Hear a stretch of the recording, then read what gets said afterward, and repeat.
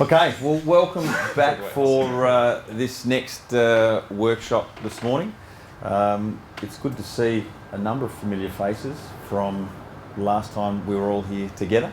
For those of you that may not remember, my name's Dean Evans from Leading Minds Australia. It's my great privilege and pleasure, as it is always, to come and talk to people like yourself today, particularly about something that's incredibly important and relevant to all of us, and that is the idea of change. And who would agree that for many people the idea of change is a little bit scary? They become a little bit resistant or reluctant to do things differently. And yet the one thing we need to understand is if we just keep doing everything we've done before, then what's the result we get? It's always going to be the same result. And that's great if you want to just keep doing the same things you've always done, but what we want to do is keep updating, improving the things that we do, both for ourselves and for our businesses, and that really is the focus of today's workshop. Now, the slightly unsexy title for it, or that we're focusing on, is to monitor work operations and plan and monitor continuous improvement.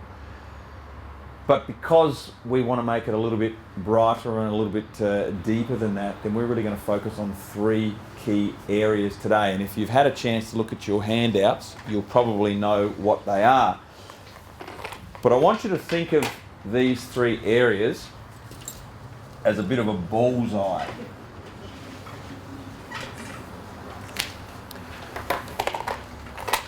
What have we got in the middle?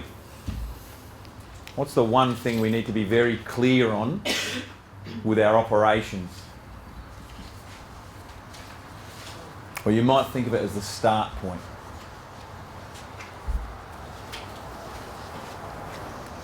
And that is this idea, guys, of what's at the core of what you do. Now, why do you think that's important?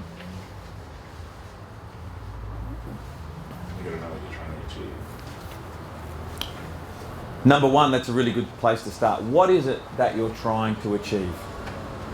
What else? What else is important about knowing the core of what you do?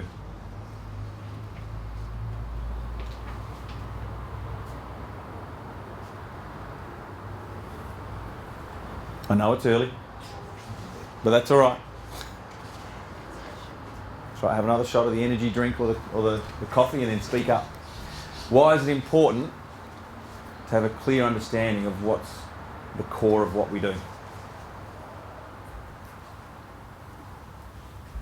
Otherwise you don't know what you're doing. Well, you could start off doing anything. The risk is in making changes, you go too far away from what you're actually meant to be doing, the road you're already on. It gets too unfamiliar. It gets too different to what you've done. Because essentially, who are you in business for? The customers, exactly. And customers hang around in layers. They hang out in environments that they feel comfortable with, that they're familiar with. So when we get too far away from the core of what we do, then the risk is that you've then got to go and find a whole new market, a whole new audience. Now that's cool in some settings if people want to do that. That's not really the focus of today's business, i.e. we're not going to ask you to head out from today and completely change or radicalise what you're doing in your businesses. We want to look for some of those small but significant improvements we can make that just update or add in some new excitement into what you do. The first thing, as we said, is to understand, which is what is core. Like, what's at the heart of your operation? And that's really important, as Liam had said. Is Liam, isn't it? Yes. That Liam had said was that in order to make those improvements and find those innovations, we need to understand that everything has to come back to the core. Now that's important because that is the heart of your business. It's that one thing that you do and that you're aiming to do better than everyone else. You want to be the absolute market leader, industry standard, if you like.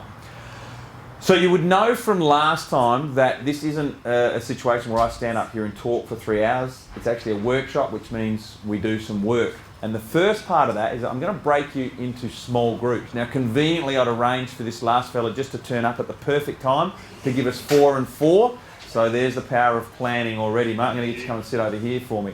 So I'm going to get the 4 here to work as a group, the 4 here to work as a group. I'm going to give you 10 minutes to discuss what is core for your business. And I want you to get it down individually. You're going to come back and each one of you is going to be able to tell me that in a single sentence. What is core for your business? 10 minutes. Go for it.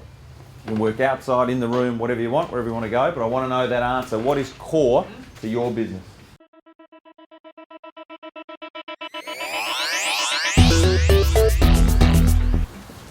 So what do we got?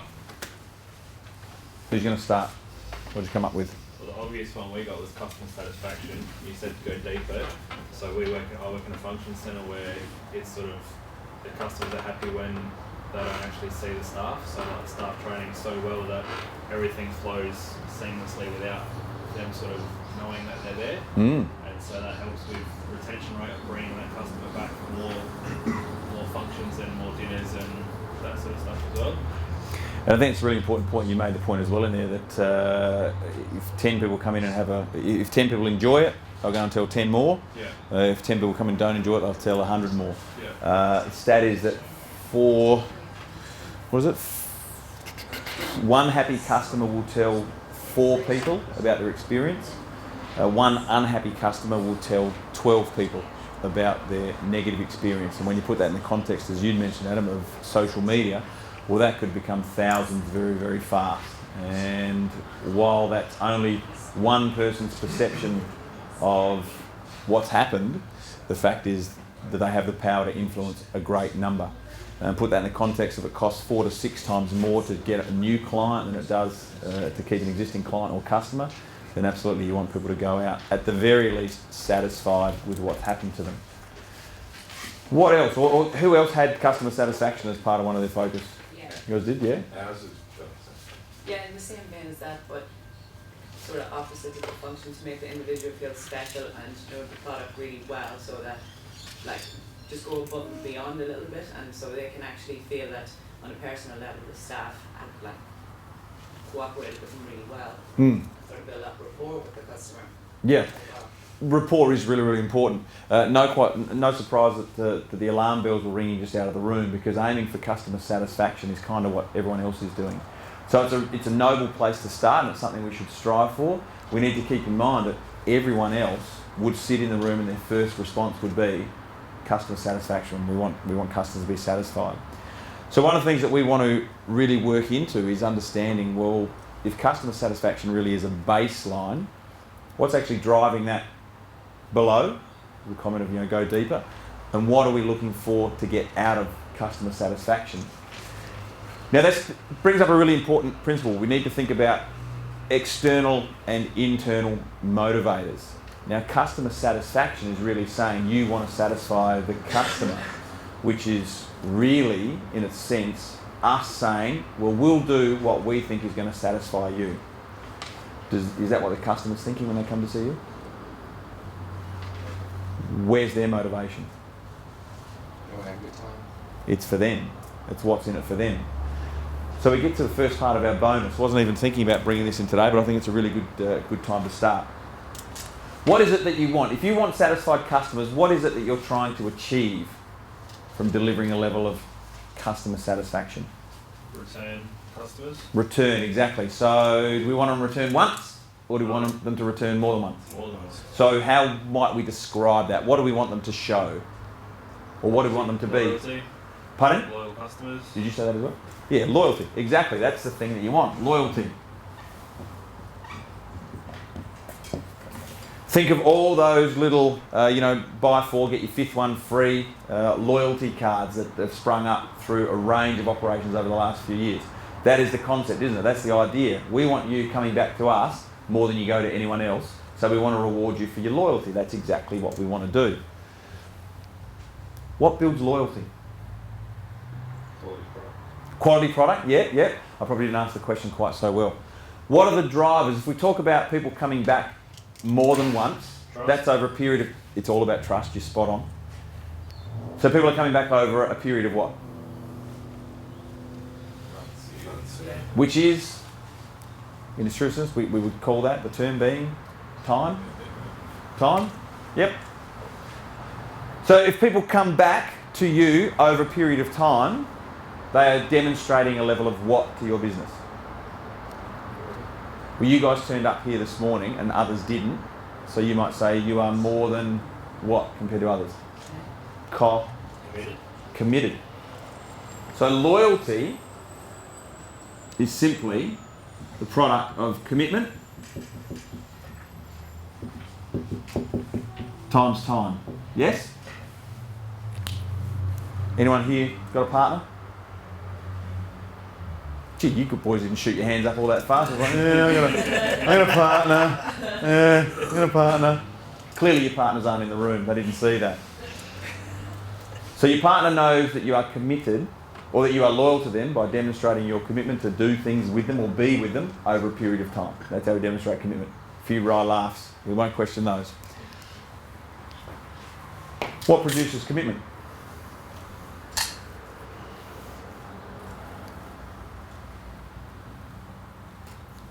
Anyone wearing one of those? What did you have to do before you wore that? Oh, jeez. All right, yeah, but again, maybe not a quality question. When you ask the question for your partner to marry you, what does society know that as? We get... Who said it? Engagement. What's engagement? What's engagement? Attention. Pardon? Attention. It is attention. Oh, I like that. Attention. What else is engagement? Interaction. Yes, interaction. So attention and interaction, they're all the things you want people to have in your business when they come to see you. You need to pay them attention and interact with them, but they're also looking, as you said, sometimes for you to get out of the way so they can just have attention and interaction within each other. Really interesting. So sometimes customer satisfaction, we err on the side of, or we go too far with it and people walk out going, man, I wish they would have just left us alone. So we need to be really clever about or understanding what engagement is, interaction and attention. If you're going to ask someone, or if you want to demonstrate an extreme level of commitment and loyalty by getting married, or not, it's not all about that, but you want to stay engaged with someone, what happens underneath that? So what is going on before you would get to a point where you would say to someone, hey, let's live the rest of our lives together? You got to be comfortable, yeah. Give me more. Got to be comfortable. Got to trust them, yes. What else would you need to do? Think about interaction and attention. What else are you going to be doing? Are you going to be doing things by yourselves? You're going to be doing things alone? You're going to be doing things with other people, with each other? All of those things. So what are you having? Fun together. Pardon? Fun. Having fun together, yeah. Could we say you're sharing some experience together? There's only two types of experiences you'll ever have in your life. What are they? Good and bad. Yes. If you have more negative experiences, what's the likelihood of getting to this point? None. If you have more of these experiences, what's the likelihood of getting to engagement? Yeah, if we have enough, if we stay engaged for long enough, we become committed. If we stay committed for long enough over time, we'll become loyal customers. What produces the positive experience? If we don't want this, what is it that creates a positive experience? Consistency. Yes, consistency. Happiness. Well, happiness is never the goal. Happiness is what we get from achieving our goals. If the goal is to go out and go to a place where we like the food, we're able to interact, we get enough attention from the staff to enjoy the night, then that's going to generate a level of happiness. But what creates that sense of happiness, that sense of enjoyment? Good service. Good service, yes. So that's something they might feel, that's something they might see, something they might hear. Good service. What is it? Emotion. Emotion is everything. Nothing happens until emotion gets triggered. So emotion, again, is something that we feel. So we're talking about things that we're seeing, things we're hearing, things we're feeling. So what is that? Everything. Pardon? Everything. It is everything. And what's everything in this room at the moment?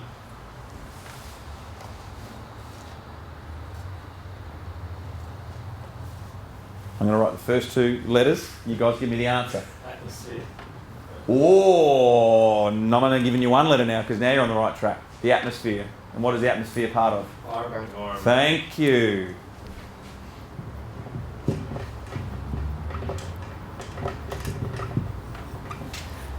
So how do we create our environment? Through what we see, what we hear, what we taste, what we touch, and what we smell. So it's a sensory experience is what you're offering your customers. So it's not so much about customer satisfaction that you're aiming to get to, and I'm going to get you to read out your responses to what is core. What you're actually aiming to build is a customer experience. Now that's different than customer satisfaction. Tell me why. Customer satisfaction be forgettable. Experience can't remember. Oh, I like that. Who likes that as an answer? So they could go to any establishment and be satisfied, but they'll keep coming back to an environment that they remember. Well, that elevates the thinking. I like that. Great answer. What else? Why does environment become so important as opposed to just customer satisfaction or customer experience? Got to be comfortable in But- the environment as well. They do have to be comfortable. I mean, that's a whole picture. That can be from the level of music and heating, lighting to food, drink, stuff. It's everything. It's everything that's around you. A second home. Second home. Who has regulars? Who works in pubs? Who has regulars that one might think they look like it's a second home? Well, that model's starting to understand why. You're doing enough to generate a positive experience, which means they keep coming back. Now, if you've got the regulars that get drunk too much and start fights, what do you think it does to other people? Deters them. It creates an environment they don't want to be a part of, which might be great for hosting UFC events, but might not be so great for hosting families, if that's what your business does, if that's at the core of your business. So what we want to think about today, particularly as we move through to the business operations, is I want you to start changing your thinking from customer satisfaction to customer experience. And what is the experience that they want, that they're looking for? And to do that, we need to identify one thing. And what's that?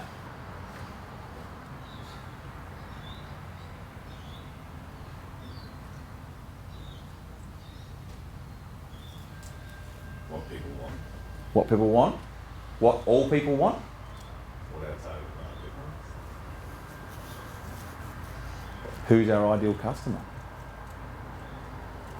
It's going to be different. I'm 41, married with 3 kids. If I'm going out, I'm probably not going to be looking for a front bar that's got 18-year-old kids getting angry and swearing a lot in it. So I might be different to your target market. It might not be the environment for me. Well, that's cool. Let's make sure you don't get too many of me there. So the key to understand is environmental. What can you do environmentally so that things that people see, people hear, people feel, people taste and smell, that's going to build into them experiencing or having a positive experience in the workplace. So this is where we focus, because you can't control that, you can't control that, and you can't control that. You can offer that, but it'll be taken up by what you do down here. So as we move through, we're going to focus more. I want you to start thinking more about that environment and experience. What can we do different there? So what do we get out of what is core? What did you write down?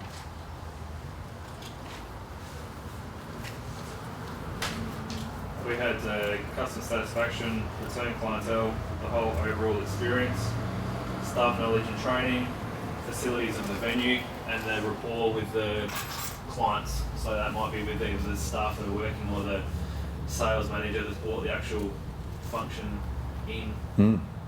So, And I think in that you've covered everything that we're talking about in terms of environment in there, which we'll be able to pull apart a little bit as the day wears on and get a little more specific, a little more clear on what is we're able to do. Because essentially what is core is saying, well, this is our purpose. This is why your business exists. This is why you're there. This is what you're trying to do. What's another one? What else do you have? That was pretty much summed up as just being hospitable. It's the core of the business is hospitality and trying to create an individual experience for customers. A genuine feeling that their presence is welcome and valued in the venue they're coming to. And this applies to the staff as well. You've got to have the right mix of people who are genuinely enjoying what they do and the people they're working for. Otherwise, it's just not going to be a real experience. You're not going to, yeah. Like, I mean, I think we have some of our best results when we're making fun of each other in front of people. Like, just people seem to find it a bit more genuine and can relate to people. Self-deprecating humour is one of the best ways to disarm anyone around. Absolutely. Absolute key. There was one thing that you said in there that actually is the core of what your business is about. Read what you said again, and you guys pick it out for me. Okay. Being hospitable, creating an individual experience for customers, a genuine feeling for them that their presence is welcome and valued. Pause. What was it? Creating an individual experience. Nearly. Welcome and valued. Make them feel welcome and valued. You do that by what you just said. The goal, though, is to make them feel welcome and valued. Now, if I walk out of any establishment, organisation or social, and I feel like I was welcome in there, and I felt valued while I was in there, what do you think you've just built with me? Rapport. Because who did you just make feel special? Me. Which builds a level of what? Trust. Trust. So I'm coming back to see if it happens again. Because remember, everything we do is designed with one question in mind, which is what's in it for me. And if your goal, the core of what your business is to make all your customers feel welcome and valued, they're coming back. And they're bringing other people with them. So understanding what is core to our business is really, really critical. What about down the front here? Yeah, we've got what we got. Do you guys have anything different?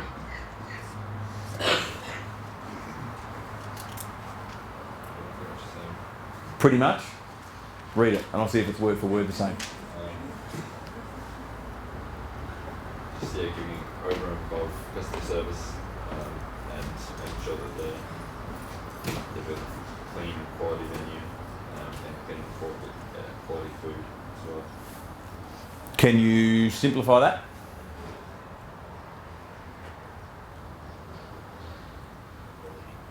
Yeah. It's not real quality. Yeah, quality product. Quality product. So it might be quality experience, high quality experience for all of our customers. Now that drives all our decision making. It drives all the improvements, all the innovation we make.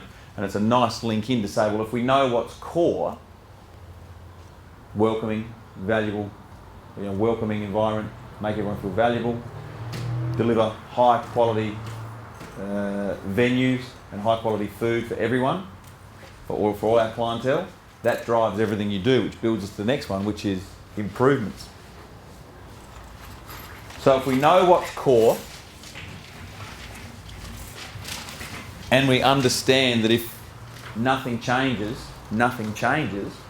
then we know that somewhere along the line we're going to need to introduce or endeavour to build in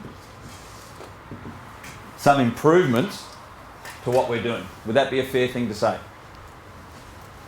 And you're already doing it now, aren't you? So what is improvement though? If we're going to improve something, what do we need to make sure that it links to? Our core. Exactly. So what I want you to do now, and improvements is really interesting as well, because you've got to think of two things. You're either green and growing, or you're ripe and rotting. If you're ripe and rotting, you're going to fall off the tree, you end up, you're easy picking, you're low hanging fruit. But if you're green and growing, there's always a level of variety, of change, of enthusiasm, of idea sharing. In many things, if you think of the model on the back there, if you're consistently or periodically updating your environment, then you're always and you're always linking it back to what's core, then you're always aiming to deliver an increasingly positive experience. So So you're aiming to engage with your customers who also want something familiar but fresh. So we use Boho as an example. A number of years ago that went through a change. Well, now obviously they've updated with the rooftop garden. That's become the big change. Or the outside smoking venues was a big change in the pubs a number of years ago. So always looking to increase the experience, improve that positive experience. So that's what we want to do. So what I want you to do now is in pairs, I want you to jump into, amongst everyone, I want you to think of what are the areas that we can seek to improve your business in. And to do that, think of the modules that you've covered thus far. So what's the most obvious one that we have, that you've all mentioned already? Service. Yeah. Service of who? Customer service. Customer service. Pretty clear, isn't it? If you keep improving the quality of your service to the customer, well, the goal is that you may endeavour to have them leave your establishment feeling better than when they came in. So we're always going to want to improve service. What are other areas of business we can look at? Venue.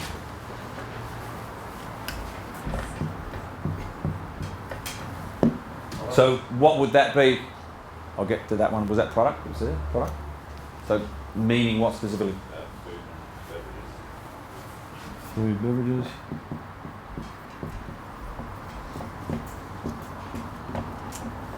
Food, beverages. Just come back to venue. So what would you be looking at? Well, for us, our venue's 40 years old, or it's never had an update to the actual catering side of things. So you go into one part of the venue where the theatre is, and the toilets are all nice and new and urinals and black tiles and that sort of stuff. Then you walk back into the other side where the catering is, and you walk back into the 1970s. You got little gold tiles on the floor, big urinals, disgusting toilets, fluorescent lights. And you go into the rooms, and there's the carpet like this, which is 20 years older, which is you can see the patchy little bits where they've ripped up pieces and changed it.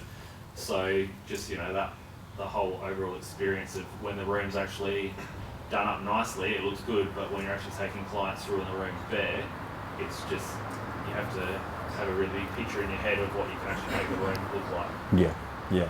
So That's the level of thinking we want to get to, which is a bit by bit approach as to what would we do and how could we step it out and what timeline it might work on. So really be encouraging you to use that as your focus when we get into the planning part of today. Food beverages. Who else thinks they could improve or keep on working to improve quality of food, quality of beverages? And would that sometimes be by bringing more in? Sometimes it's removing things, sometimes it's when every new menu, every new wine list is you remember what works, what changes, what's good in winter, summer, what's available when, what you want to have is a limited thing, so it creates attention and people want it back. Yeah. So think of it on your menus. So your menu changes, your food changes. I remember, and maybe you do it now, maybe you've been to venues that do it. They'll have what the food is, and then they'll have a couple of recommendations of wine from the wine menu that go incredibly well with that particular meal. Because remember, most people don't like making a decision, and we don't like thinking too much. And the venue comes along and says, well, if you really want to enjoy your meal, here's the two choices, or the wine we'd recommend with it. Well, not only are you potentially creating a better experience for them, but potentially you're making another sale on top. Someone wasn't thinking about having a wine with it, but then wants to have a wine with it. So there's a whole range of tiny changes that we can make. Make the decision easy for them. Make a decision easy for me, yeah. Because understand that the one thing that we fear most is making a wrong decision. How many people send back food just suddenly because they don't like the taste? Or they don't come back because they didn't like the food, but it was just bad choice on their part, not bad quality food on your part. So we want to make it as easy as possible for people, which can link back to customer service. It might start that all your staff trained, or do you prefer chicken or beef, or whatever it might be. Start to get to know them a little better. What other areas can we improve in? Advertising? So marketing. Yeah.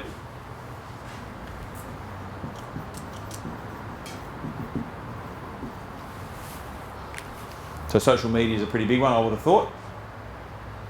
For some, well, it wouldn't be for Flint. No, it wouldn't be for, No, for we're the not, festival. not allowed to have one. Interesting. So the catering side of the actual building is not allowed to have its own Facebook, Instagram, any page like that. So you can't actually sit there and show what food we're doing or anything like that, because we're not allowed to use the Festival Theatre's logo unless it's had the approval of the marketing department. So if I'm in the kitchen on a Saturday night serving tortellinis and want to take a photo of it and put it on the Festival Theatre's page, I have to wait till Monday for it to go through marketing so they can okay it before they can actually upload it to the page. You're going to have a fantastic case study, aren't you? It's going to be great. It's going to be great. I'm glad we've got this session for you. You're going to build a pretty compelling case out of it, that's for sure. So perhaps there's some challenges with marketing that are going to take longer to implement, or we're going to need to recruit other people in to share that idea to get some momentum on it. It's not impossible, but it can be possible to change it, how we need to change things. The other thing I want you to think about is the modules that you've already learnt about in the program, in this one. What else have you got? Health and safety. Health and safety. So what areas might we be looking to improve that? Hygiene, safety procedures around the venue, ensuring there's no faulty or damaged parts of the building, equipment, electrical safety. Yeah, proper induction of staff so they know where protocols for if someone's injured, someone's hurt, fire alarms. Yeah. What's another big one? Particularly if you're catering to a younger crowd. Fights. Yeah, absolutely. Responsible service. Responsible service is a big one. So if we don't improve that, update that, what's the risk? Lose your license and trade. Yeah, lose money or lose the ability to operate. So that rolls into, so what are the protocols for checking? Licenses when people come in, how do we know that they are the age they say they are? Small changes. And it's only going to be one that gets through on the wrong night when they're inspecting, and we've got big problems. So it's a key part of improving. What's another area we've got? Staff training. Staff training. In what specific areas? On the products. Sales. You said knowledge, so what did you say first? Product knowledge. Product knowledge. What was it? Sales. Ability to sell. Yep.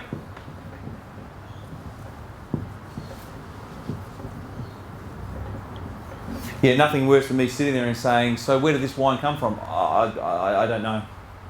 I just open the bottle and pour it in your glass. Wow. There was a chance to build a real positive experience for me and solve my problem. So really important, training. You'd have a good one? Just think about what's just happened to you in your career. So what other areas would be important to improve in what we do? What did we talk about at the last workshop we were here? It was that memorable, huh? Note to self. Well, it was a while ago. It was. So Adam, you've just gone from where to where? Senior staff member being management. In management? Absolutely. So that with it brings an opportunity to develop what particular skill? Leadership. Leadership.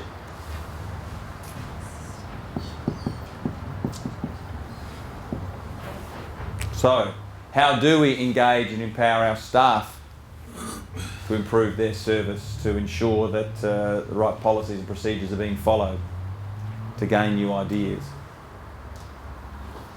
So along with leadership, what is that?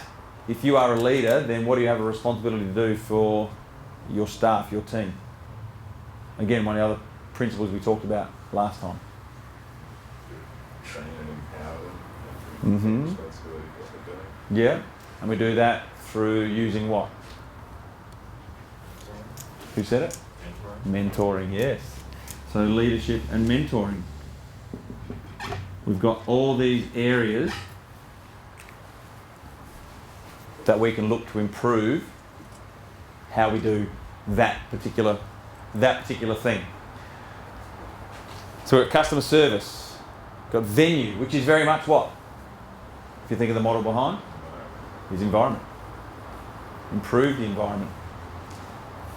Food and beverages, which is the number one thing most people are coming out to experience, to partake of. It's going to be food and drink of some sort.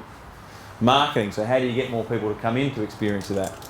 Workplace health and safety, so if they come in, making sure that they're safe, so they come in safe and happy, they go home safe and happy.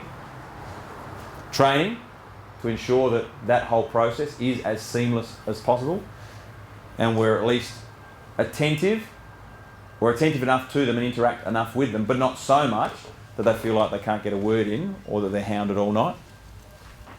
Sales, well, if you're going to interact with them, how are you upselling? You know, are they taking something home with them? They might like a wine. Well, have you got a bottle shop that they can stop through on the way? There's a whole range of opportunities there. Product knowledge obviously is important because people want their answers, want their questions answered there and then by someone who at least knows just a little bit more than they do about the product. And then your leadership and mentoring. And that's both your own leadership and the way you lead others. So what impact are you having on your workplace or your customers? And how are you mentoring, assisting, guiding, developing everyone else to do the same thing? So that's given us what? 1, 2, 3, 4, 5, 6, 7 areas that we've already identified as being critical to running a good operation. There's one more in there. Probably sits around this, but in all fairness, it would be an umbrella that sits over all of them.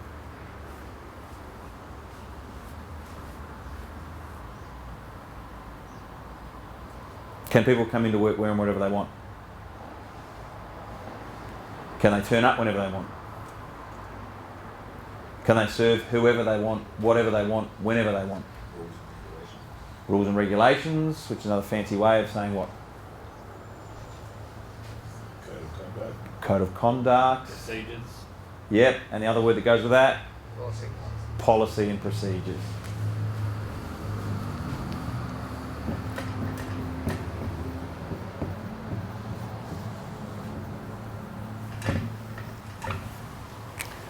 Because all of that, well, are you going to stand there and are you going to run through, verbalise, vocalise to every new employee or every employee when they come in exactly what they're meant to be doing for their entire shift? Probably not. You're going to hand them something or have them be able to find a folder or something that's got your latest policies and procedures in it on how we do that particular thing. So it might be, how do we serve alcohol? What is the policy behind checking for checking to make sure that the people have the correct identification, they are in fact the age that they say they are. Making sure that your staff aren't serving people who appear to be inebriated, intoxicated. There might even be a policy or procedure around how do you establish that? What needs to be happening? Some very clear, definable, measurable steps that everyone can follow so that the place runs either when you're there or when you're not there. And policies and procedures guide that all. Why is that also important if you want to improve your operation? Consistency, yes. Consistency of what specifically? Following the procedures and policy. Following the policy and procedures, yeah, because if people aren't doing that, what does it potentially degrade? Overall experience. For the overall experience, yeah, exactly. Yeah, if you want to get to the heart of it, yeah. So potentially it means it's poor service. The venue gets left to go to rack and ruin. The way the food's prepared could deteriorate. Beverages are served warm, whatever it might be. If the marketing, if specific lines or specific policies aren't followed in marketing, well, your clientele might start to drop. Your workplace health and safety, you open yourself up to greater levels of risk. training is included in all of it, and certainly not demonstrating any great form of leadership or mentoring in the place. So the risk of not having well set out and well followed policy procedures, that people just start doing everything, which means you actually go and, in many cases, sabotage all the things that you're trying to do by improving the way you operate. Now, if that's one individual that's not following them, what do you need to do then? Change the way they're behaving or Either change their way of behaving or remove them from the environment. remove them from the environment. Exactly, because that comes back to the one bad apple will rot the whole bunch. So having very clear policies and procedures for how this stuff works means that if you have someone who is consistently performing poorly, sorry guys, I will turn that off in a second, and I did mean to do that before I walked in. If you've got very well considered and easily accessible policies and procedures, if it gets to the point where someone is consistently not following those, it becomes a very simple discussion of moving them on from your organisation, which does what for the way your business runs? Does it improve it or reduce it? It improves it. And it sort of makes everyone else follow in line with the policies and procedures because they know that their job's not safe if they're not doing it properly. Exactly. Yeah. So if your policies and procedures in one or all of those areas haven't been updated for a while, then that's another part of the workplace operations or monitoring workplace operations that we can spend some time focusing on. Well, how do we do it now? Is it still what that manual says, or does it need to be updated? So another really critical part that you can work on. So when we move into the second part of today, which will be working on those business operations plans, what you're going to be doing is you're going to be picking 3 of those areas that are relevant and meaningful to you, and you're going to start to develop your business improvement plan for each one of those particular areas. Because remember, how do we build a house? It's brick by brick. So consistently improving in each of those areas allows your house, your environment, your organisation to run a little more effectively, and that's exactly what we want to be doing today. That is absolutely key for it. Now, what I want you to think about now for me is we've talked about core, we've talked about improvement, and we've got one more area outside of this. What's that? Well done. Well done. And innovation is really, really important because it's the tiny little steps that we take or that we make across a year, across a month, across a week, that actually allows us to get higher and higher results, to get that small change, a small step towards that goal that we want to establish, which is going to be, in some cases, a welcoming environment that makes every customer feel valuable, which is delivering high quality experience to everyone that comes through the doors. It's tiny steps. We're never going to transform our organisation in a day. It's going to be consistent and disciplined steps that are all designed to meet the core of our business. And I want you to think that one bright idea that you take or that you have could be the thing that delivers pretty substantial results. Who's read about the Adelaide invention HEGS? Oh, the pegs with the hanger on the end of it? Yeah. Yeah. So this Adelaide-based fella, he was like you and me. I think he was.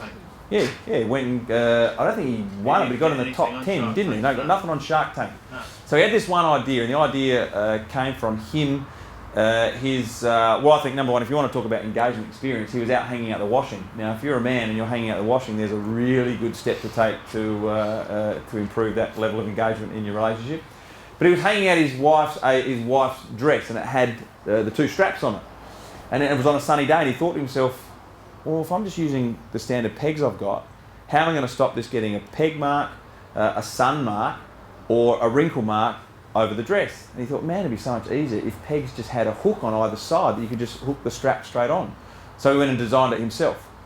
And it's been picked up and now it's exported globally. His first order to the US, Canada and United Kingdom was 16,948 bags of this invention he'd come up with called HEGS. And all it was 2 plastic clips sitting on the side of existing pegs. The point's pretty simple. One tiny idea that you guys have or have had that is well thought out, well implemented, or has a strong case around it, could just be the idea that really improves the experience, the engagement, the environment, and generates a great return on that investment for your organisation. And it's been said that every single one of us has 3 to 4 million $1 million ideas every year. Most of us don't follow that through. We don't actually sit down and plan out, well, how would that happen? Because isn't the goal this? That's the goal. To stand out from the crowd. Adelaide has the highest number of restaurants or eating places per capita in Australia. You're in a pretty saturated market. Your ability to innovate in all or any of those areas will be the difference that makes the difference. So if we go back to the bland start, plan and monitor continuous improvement. We talk about customer satisfaction, boring. We talk about customer experience, getting a little more excited. When we think about it's all design, well, what is core? What do we improve? Innovation, but it's actually about how do we stand out from the crowd. Then we're having different conversations around what small changes, what small improvements you can implement that might lead to increasing levels of customer experience, of engagement, and it's all environmental. So it's simple. You guys already know how to do this. What we want to do today, though, is put a bit of structure around it. Because remember, when we have structure, when we have framework, it becomes content free. You supply the content, which will be independent and individual for what you do. However, we can put it to the same framework to work towards implementing and delivering that result that you've said is important for you. And we're all agreeing that it is about creating something that's unique and memorable for your clients, helping you to stand out from the crowd. So, in pairs, you're going to work in pairs in a moment, or one group of 3. We talked about core, and we said there, Liam actually said there, that the idea behind knowing what is core to your business is giving yourself a starting point. What I want you to do for the next 10 minutes is have a conversation around, well, how do you already wow your clients? Now, if you look on the back there, I like to think of this as the wow factor. This is what you're aiming to do.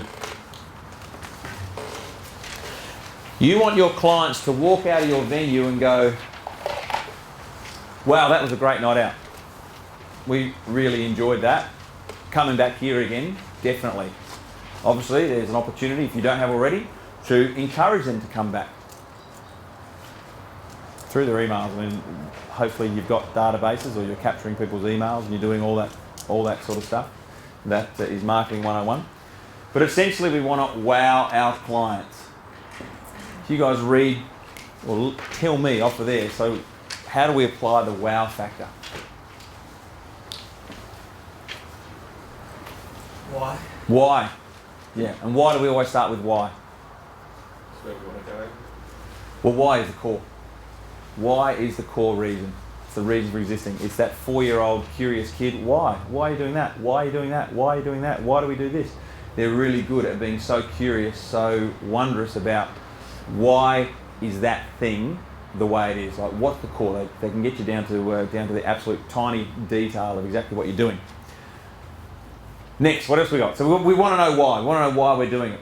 And if you're going to engage a team, you've got to be really clear on your vision, on your reason why you want to make this change.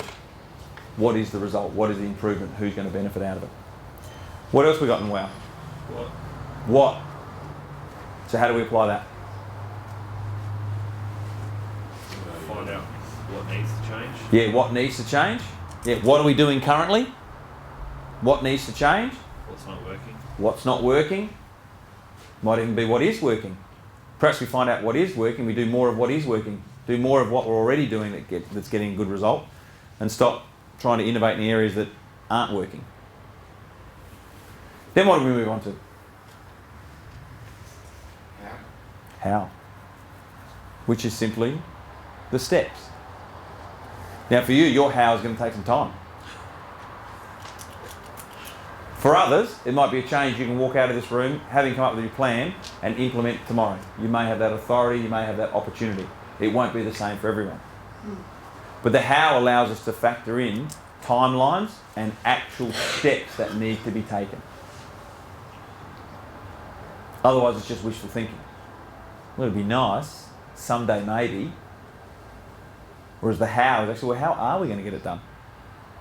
What is our plan?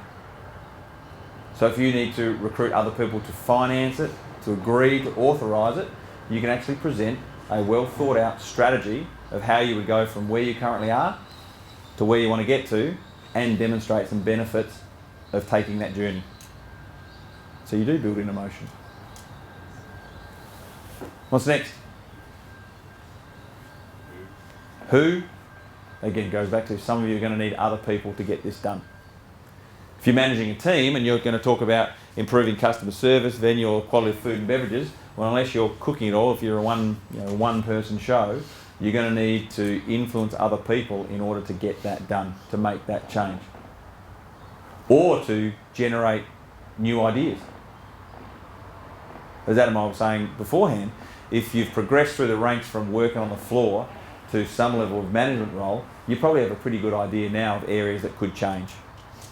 Well, now you sit in a position to better influence that change. What's next on the list there? When? Why is that important? Set a date to set the deadline Hmm. for it. Yeah. Who used to cram for exams? You knew the exam date was on, but you'd leave it till the last 48 hours to try and remember a year's worth of work or 6 months worth of work. Well, the deadline never changed. You simply found a way to do that work. You got a result, whether it was the result you wanted or the result you didn't want. Always came back to how did you plan. So when we put a timeline around it, we actually have some measurable steps and we build in some accountability, some responsibility for making that change. And remember, while you go to work on the goal, and the goal being to implement that innovation, the goal actually goes to work on you. You find new ways to achieve it. So deliver the same level of quality, perhaps in lower cost or quicker time. And the last one is? What if? What if? So in a perfect world, I would have left my house in Payneham South today, I would have driven here, I would have got green lights every single way. All the cars in front of me would have just miraculously disappeared out of the way. I would have had a solid ride here. And in normal or non-peak times, it probably takes me about 17 minutes to get from here to there. So the 43 minutes that I spent in the car today would indicate that even on the journey when we know where we want to get to and the road we need to travel to get there, there's still going to be some things that are going to happen along the way that you may not necessarily plan for or that may just spring up. Well, if we think of the what ifs, which is often the best way to allay other people's fears of making the change, we can actually start planning on how we might overcome them before they even show up. So we smooth out that role or allow ourselves to potentially get to, to make that change quicker, faster, cheaper. So we want to actually build in some of the go-wrongs outside of that. So out of that, what have you learned? What have you noticed, or what do you want to share from that first part of the discussion before we move into your pairs exercise in a sec?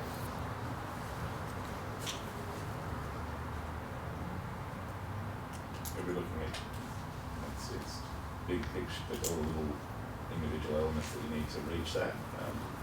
And the thing that seems to keep happening when I'm listening to you is you've got to consider take a bit of a like a different view of the questions you're asking yourself, rather than just going for the same answers every time. You've got to ask more fundamental about exactly what you want to do. Then look at how to do it. Yeah. There's 4 key questions that you'll build in today.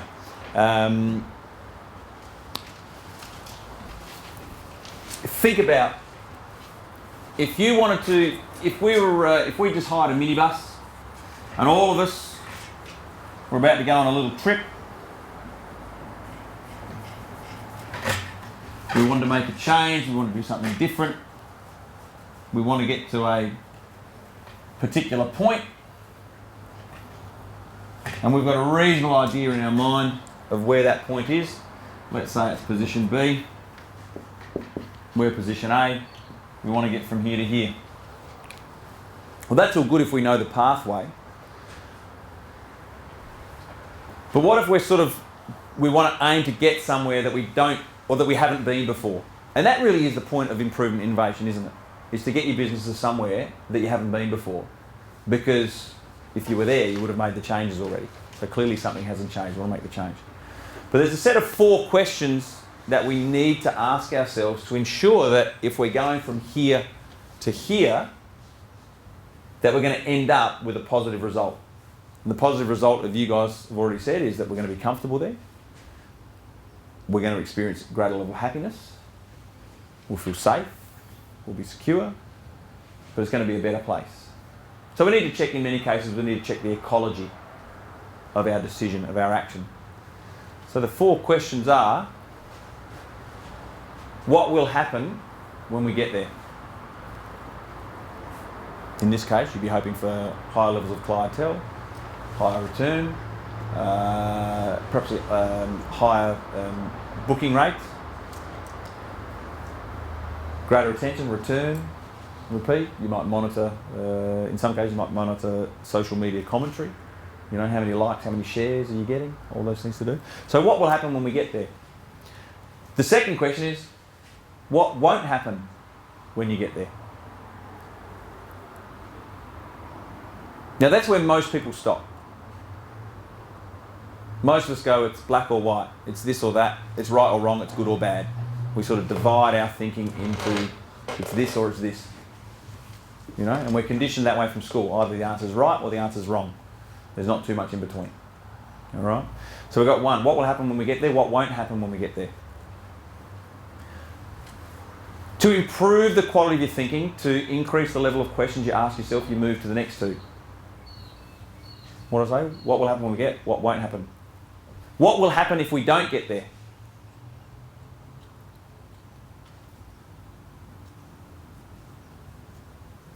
Things will stay the same, maybe. Great, if you're happy with that, that's cool. Or it'll get worse? Yeah. What went wrong? Why didn't we change? And the last question, what won't happen if we don't get there? We won't improve. When we ask those last 2 questions, it actually fires up the pain centres in our brain. And given that the human condition is one that we will do more to avoid pain than we will to gain pleasure, asking those last questions actually starts to round out the ecology. Well, from what you've just said there, it creates a greater need within you to actually innovate, to change, to make that decision to do something different. Because if we just keep doing what we've always done, then we'll get what we've always got. So we get bored, we get resistant, we get reluctant to do new stuff. And yet that's what the marketplace is looking for, these new experiences. If they can get a new experience, an increase on their positive experience from a place they already feel comfortable with, they'll keep coming back. Because we are creatures of habit. Certainly creatures of habit. So I'm going to get you to pair up quickly. You get pair, actually pair, and a 3. And I want you to have a conversation now for 10 minutes around how do you currently wow your clients? What are the things you're currently doing to increase that experience, or to aim to deliver above and beyond your standard experience of come into a pub, come into a venue, get your food, get your drink, walk out and go, well, that was nice. What are you currently doing to wow them? Just what you're currently doing. Not what you could, that's next. Well, I love the blank face. Someone's going, well, no. That's actually really great. Just work in the kitchen. Yeah. It's the sales and marketing's job to wow them. No, it's not. Everyone's job. Get them there. Everyone's job. And if you've got a great idea, why wouldn't you share it? Because they don't listen. Well, they don't listen yet because it's not as compelling. Yeah. And it's not something they can touch yet. They haven't quite worked out there's a benefit if they did that. Who knows? You could just be the person with that bright idea.